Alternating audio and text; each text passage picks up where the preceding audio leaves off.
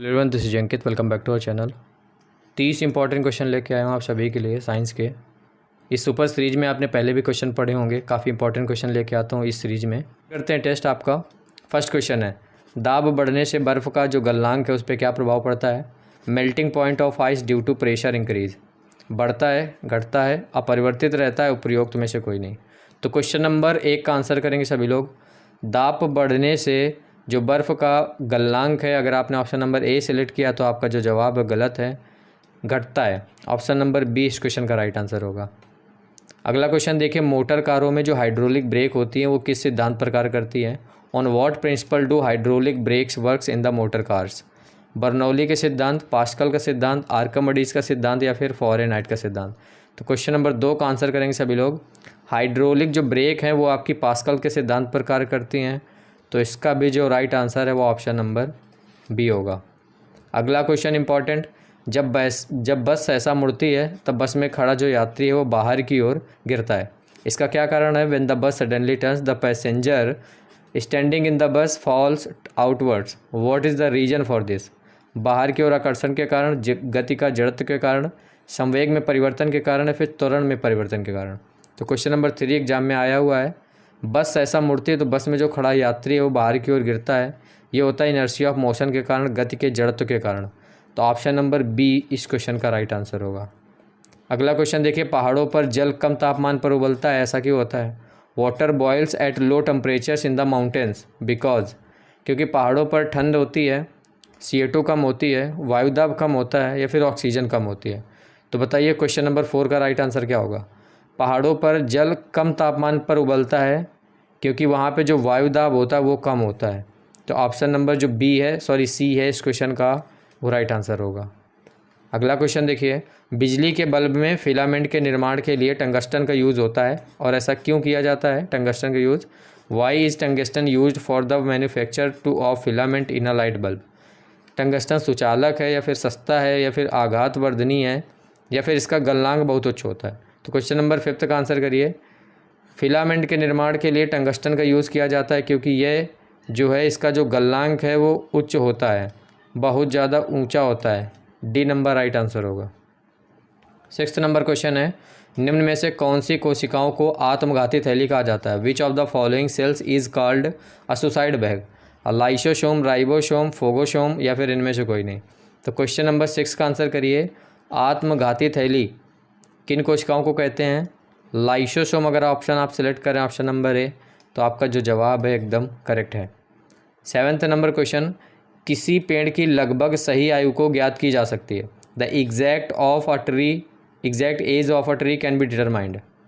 शाखाओं की संख्या गिनकर, पेड़ों की ऊंचाई मापकर, या फिर तने का व्यास मापकर, या फिर वलयों की संख्या गिनकर? तो ये क्वेश्चन मैंने आपको समझाया भी था, पढ़ाया भी था। किसी पेड़ की जो आयु है वो कैसे ज्ञात की जाती है? कटा हुआ पेड़ आपने देखा होगा तो इस तरीके से रिंग होती हैं, तो वलय होती है, इसको वलय कहते हैं। तो इनकी संख्या को काउंट करके, वलयों की संख्या को गिनकर, ऑप्शन नंबर डी इस क्वेश्चन का राइट आंसर होगा। 8 नंबर क्वेश्चन है, पौधों में जाइलम ऊतक निम्नलिखित में से किस पदार्थ का संवहन करता है? In plants xylem tissue conducts which of the following substances? पानी, खाद्य, पानी और खाद्य, या फिर कोई नहीं? तो देखिए, पौधों में जो जाइलम होता है, जाइलम ऊतक, वो किस पदार्थ का संवहन करता है? पानी का संवहन करता है। ऑप्शन नंबर जो ए है इस क्वेश्चन का राइट आंसर होगा। देखिए, खाना का संवहन कौन करता है? फ्लोएम करता है, तो ये भी एग्जाम में आता है। 9 नंबर क्वेश्चन है, निम्नलिखित में से किसमें रक्त नहीं होता है लेकिन श्वास प्रश्वास लेता है? Which of the following does not contain blood but inhales? तो क्वेश्चन नंबर 9 है। ऑप्शन है आपके पास मछली, मच्छर, हाइड्रा, या फिर कॉकरोच। इनमें से किसमें रक्त नहीं होता है लेकिन फिर भी वो सांस लेता है? तो राइट आंसर इसका ऑप्शन नंबर सी होगा, हाइड्रा। 10 नंबर क्वेश्चन है, मधुमक्खी पालन को क्या कहते हैं? एमआर में पूछा गया है। What is bee keeping called? Sericulture, apiculture, agroculture, या फिर एथोलॉजी? तो क्वेश्चन नंबर 10 का आंसर करेंगे सभी लोग। मधुमक्खी जो पालन है इसको एपीकल्चर कहते हैं। तो ऑप्शन नंबर जो बी है इस क्वेश्चन का वो राइट आंसर होगा। 11th नंबर क्वेश्चन देखिए, निम्नलिखित में से किस विटामिन में नाइट्रोजन होती है? Which of the following vitamin contains nitrogen? Vitamin A, vitamin B, vitamin C, vitamin D. तो क्वेश्चन नंबर 11 का आंसर करिए, किस विटामिन में नाइट्रोजन होती है? राइट आंसर अगर आपने ऑप्शन नंबर बी सिलेक्ट किया है कि विटामिन बी में नाइट्रोजन होती है, तो आपका जो जवाब है वो एकदम सही है।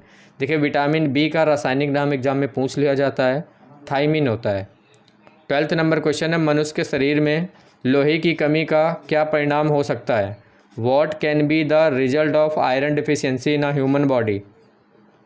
एनीमिया हो जाता है, रतौंधी हो जाता है, स्कर्वी हो जाता है, फिर रिकेट्स हो जाता है। तो ये तो आपने पढ़ा ही होगा कि जो रतौंधी है विटामिन ए की कमी के कारण होता है, स्कर्वी आपका विटामिन सी की कमी के कारण होता है, रिकेट्स आपका विटामिन डी की कमी के कारण होता है। तो क्वेश्चन नंबर 12 का जो राइट आंसर होगा वो ऑप्शन नंबर ए हो जाएगा। शरीर में अगर लोहे की कमी हो गई तो एनीमिया नामक रोग हो जाता है, ए नंबर राइट आंसर होगा। 13th नंबर क्वेश्चन है, लोहे का रासायनिक प्रतीक क्या होता है? बताइए, what is the chemical symbol of iron? यार कुछ लोग अगर सही कर रहे हैं तो जो जवाब उनका गलत है। लोहे का जो सिंबल होता है, केमिकल सिंबल, वो Fe होता है, बी नंबर राइट आंसर होगा।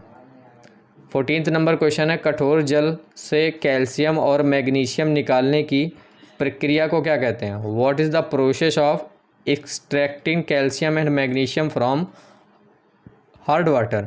अवसादन कहते हैं, फिल्ट्रेशन कहते हैं, उपरणन कहते हैं, या फिर जल मृदुकरण कहते हैं, जिसे इंग्लिश में सबमर्जेंस कहते हैं। तो क्वेश्चन नंबर 14 का आंसर करिए, कठोर जल से कैल्शियम और मैग्नीशियम निकालने की जो प्रक्रिया है उसको जल मृदुकरण कहते हैं। ऑप्शन नंबर जो डी है इस क्वेश्चन का, वो यहाँ पे राइट आंसर होगा।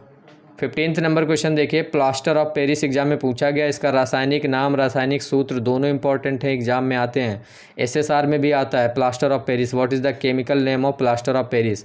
चलिए बताइए, calcium chloride, calcium nitrate, calcium sulphur hydrate, या फिर इन उपयुक्त में से कोई नहीं? तो क्वेश्चन नंबर 15 का आंसर करिए, प्लास्टर ऑफ पेरिस का रासायनिक नाम क्या है? तो calcium sulphate hydrate. Option number जो सी है इस क्वेश्चन का, वो राइट आंसर होगा। इसका सूत्र भी एग्जाम में पूछा जाता है।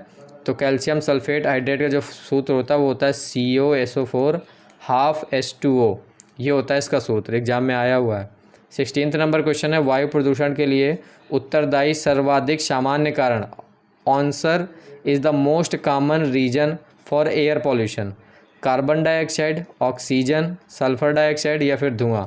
तो क्वेश्चन नंबर 16 काफ़ी इंपॉर्टेंट क्वेश्चन है। वायु प्रदूषण के लिए उत्तरदायी जो सर्वाधिक सामान्य कारण है, देखो कार्बन डाइऑक्साइड तो हो नहीं सकता, ऑक्सीजन भी नहीं हो सकता, तो दो ऑप्शन आपके पास बचे, सल्फर डाइऑक्साइड या फिर धुआं। तो राइट आंसर आप सिलेक्ट करिए। अगर आप ऑप्शन नंबर सी सिलेक्ट करें, सल्फर डाइऑक्साइड, तो right answer option number C ही होगा। 17th नंबर क्वेश्चन देखिए, भोपाल गैस त्रासदी में उत्सर्जित गैस कौन सी थी? बार बार ये क्वेश्चन आता रहता है। What was the gas emitted in Bhopal gas tragedy? Acetylene, ethylene, missile isocyanide, या फिर मीथेन? तो क्वेश्चन नंबर 17 का आंसर करिए। भोपाल गैस ट्रेजेडी में उत्सर्जित जो गैस थी उसका क्या नाम है? उसका नाम है मिथाइल आइसोसाइनेट। ऑप्शन नंबर जो सी है इस क्वेश्चन का, वो राइट आंसर होगा। 18th नंबर क्वेश्चन देखिए, इनमें से कौन सा भौतिकी में मौलिक मात्रा नहीं है? Which of the following is not a fundamental quantity in physics? Fundamental quantity कौन सी नहीं है? आपकी लंबाई, समय, भार, या फिर द्रव्यमान? तो क्वेश्चन नंबर 18 का आंसर करिए। तो देखिए, इनमें से जो फंडामेंटल क्वांटिटी नहीं है वो है आपका वेट, भार। ऑप्शन नंबर सी इस क्वेश्चन का राइट आंसर होगा। 19th नंबर क्वेश्चन देखिए, निम्नलिखित में से सबसे अधिक जलन किससे पैदा होती है? Which of the following causes the most irritation? Exam में पूछा गया है कि उबलता हुआ पानी, गर्म पानी, या फिर भाप, या फिर पिघलती हुई बर्फ़। तो इसका ऑलमोस्ट सभी लोगों ने आंसर गलत किया एग्ज़ाम में, और पहले भी पूछा था तो भी गलत किया था। चलिए बताइए, निम्नलिखित में से अधिक जलन किस में पैदा होती है? अगर आपने गर्म पानी सेलेक्ट किया तो आपका जो जवाब है वो गलत है। राइट आंसर इसका ऑप्शन नंबर सी होगा, भाप। क्योंकि भाप में आपकी गुप्त ऊष्मा होती है और गुप्त ऊष्मा के कारण यह उबलते हुए पानी और गर्म पानी से अधिक जलन उत्पन्न करती है। तो सी नंबर इस क्वेश्चन का राइट आंसर होगा। एग्जाम में पूछा जा सकता है, याद रखना इसको। 20 नंबर क्वेश्चन है, वायुमंडल में पराबैंगनी किरणों का अवशोषण कौन करता है? Who absorbs ultra violet rays in the atmosphere? Oxygen, nitrogen, ozone, या फिर हीलियम? बताइए क्वेश्चन नंबर 20 का आंसर। पराबैंगनी किरणों को कौन अवशोषण करता है? Right answer option number C, ozone. शायद सभी का जवाब एकदम सही होगा। चलिए 21 नंबर क्वेश्चन देखिए, सूर्य की जो ऊष्मा है पृथ्वी पर कैसे पहुंचती है। How does the heat of sun reach the earth. प्रवर्तन द्वारा, चालन द्वारा और विकिरण द्वारा, संवहन द्वारा। जिनको इंग्लिश समझ आती है इंग्लिश में पढ़ लो। सूर्य की जो ऊष्मा है वो पृथ्वी पर कैसे पहुंचती है, रेडिएशन के द्वारा, जिसे हिंदी में विकिरण कहते हैं। Option number C right answer होगा। 22 नंबर क्वेश्चन है, खतरे के सिग्नल प्रायः लाल होते हैं क्योंकि लाल प्रकाश। Danger signals are often red because red light. तो ये आपने देखा होगा, खतरे के जितने भी सिग्नल हैं ये आपके लाल होते हैं। ऐसा क्यों होता है, क्योंकि जो लाल प्रकाश है वो कम चमकता है, कम विचलन होता है, इसका न्यूनतम वेग होता है, या फिर आँखों के लिए सुखकर होता है। चलिए राइट आंसर दीजिए। तो देखिए सिग्नल में प्रायः लाल इसलिए होता है क्योंकि जो लाल प्रकाश है इसका जो तरंग दैर्ध्य वो सबसे अधिक होता है। एक सूत्र आपको याद होगा, विबग्योर। ये तरंगों का बढ़ता हुआ क्रम है। सबसे कम तरंग आपकी वॉयलेट की होती है, सबसे अधिक तरंग दैर्ध्य आपकी यहाँ पे रेड की होती है। तो इस वजह से जो इसका विचलन है वो कम होता है। ऑप्शन नंबर बी आपको दिख रहा है, इसका विचलन कम होता है तो ये दूर से ही दिख जाता है। इसका जो विचलन है वो ज़्यादा नहीं होता है, इसकी तरंग दैर्ध्य ज़्यादा होती है इसलिए। तो option number B right answer होगा। इसीलिए खतरे के सिग्नल में प्रायः लाल कलर का यूज़ ही किया जाता है।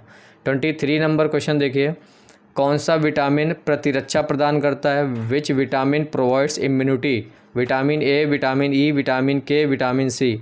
तो क्वेश्चन नंबर 23 का आंसर करिए। इम्यूनिटी जो प्रदान करता है वो विटामिन सी है। ऑप्शन नंबर जो डी है इस क्वेश्चन का वो राइट आंसर होगा। अगला क्वेश्चन देखिए 24 नंबर, मानव हृदय में कक्षा की संख्या आपको बतानी, कक्षों की संख्या। What is the number of cells in the human heart. आपको नंबर ऑफ चेम्बर यहाँ पे बताना है आपको। ह्यूमन हार्ट में कितने चेम्बर होते हैं, तो 2, 3, 4, 5। तो ये नेवी एमआर में पूछा जा सकता है, इससे सारे में तो शायद ही कभी आए। तो नंबर ऑफ चेम्बर्स कितने हैं आपके यहाँ पे, 4 होते हैं। तो ऑप्शन नंबर जो सी है इस क्वेश्चन का राइट आंसर होगा। 25 नंबर क्वेश्चन है, यहाँ पे बड़े मांसाहारी को भी कहा जाता है। लार्ज कार्निवोरस जो होते हैं इनको किसी और नाम से भी जानते हैं। इनको प्राथमिक उपभोक्ता, माध्यमिक उपभोक्ता या फिर तृतीयक उपभोक्ता या फिर इनमें से कोई नहीं, क्या कहा जाता है। तो बड़े मांसाहारी का मतलब वो है, देखिए जो मांस खाते हैं वो मांसाहारी होते हैं, लेकिन जो मांसाहारी को खाते हैं वो बड़े मांसाहारी होते हैं, उनको लार्ज कार्निवोरस कहते हैं। और इनको एक और नाम भी दिया गया है, वो है आपका तृतीयक उपभोक्ता। ऑप्शन नंबर जो सी है इस क्वेश्चन का वो राइट आंसर हो जाएगा। ये क्वेश्चन इंपॉर्टेंट है, एग्जाम में पूछा जा सकता है। 26 नंबर क्वेश्चन है, इज़ साइनी नॉन मेटल। एक चमकदार अधातु है, इनमें से आपको बतानी है कौन सी, सोडियम, आयोडीन, सल्फर या फिर फास्फोरस। 26 आंसर करिए। तो देखिए इनमें से जो आयोडीन है ये आपकी एक अधातु है और चमकदार अधातु है। तो ऑप्शन नंबर बी इसका राइट आंसर होगा। अगला क्वेश्चन देखिए, कौन सा तत्व सूर्य में सर्वाधिक पाया जाता है। Which element is found most in the sun. Hydrogen, oxygen, argon या फिर क्रिप्टॉन। 27 का आंसर करिए। सूर्य में सर्वाधिक पाया जाने वाला जो तत्व है वो है hydrogen. Option number A select किया, आपका जवाब एकदम सही है। 28 नंबर क्वेश्चन, गलने की प्रक्रिया को भी कहा जाता है। Melting process also called. संगलन, यशद लेपन, क्रिस्टलीकरण या फिर वाष्पीकरण। तो क्वेश्चन नंबर 28 का आंसर करिए। गलने की प्रक्रिया को और क्या कहा जाता है, इसको फ्यूजन कहते हैं, संगलन कहते हैं। ऑप्शन नंबर जो ए है इस क्वेश्चन का वो राइट आंसर होगा। 29 नंबर क्वेश्चन है, भंडारण बैटरी में क्या प्रयोग किया जाता है। What is use in storage battery. Copper, सीसा, जिंक या फिर टिन, किसका यूज़ किया जाता है। टिन लिखा है, टिन होगा। तो जो स्टोरेज बैटरी है उसमें किसका प्रयोग किया जाता है, तो स्टोरेज बैटरी में यहाँ पे सीसा, लेड का प्रयोग किया जाता है। ऑप्शन नंबर बी इस क्वेश्चन का राइट आंसर होगा। 30 नंबर क्वेश्चन देखिए, वायु में नाइट्रोजन का प्रतिशत कितना होता है। What is the percent of nitrogen in air. 0.9, 0.03, 78.03 या फिर 21। तो आपको पता है वायु में जो नाइट्रोजन है 78% है। तो ऑप्शन नंबर सी इस क्वेश्चन का राइट आंसर हो जाएगा। 30 क्वेश्चन का टेस्ट था, कितने आपके सही हुए कमेंट बॉक्स में बताइए।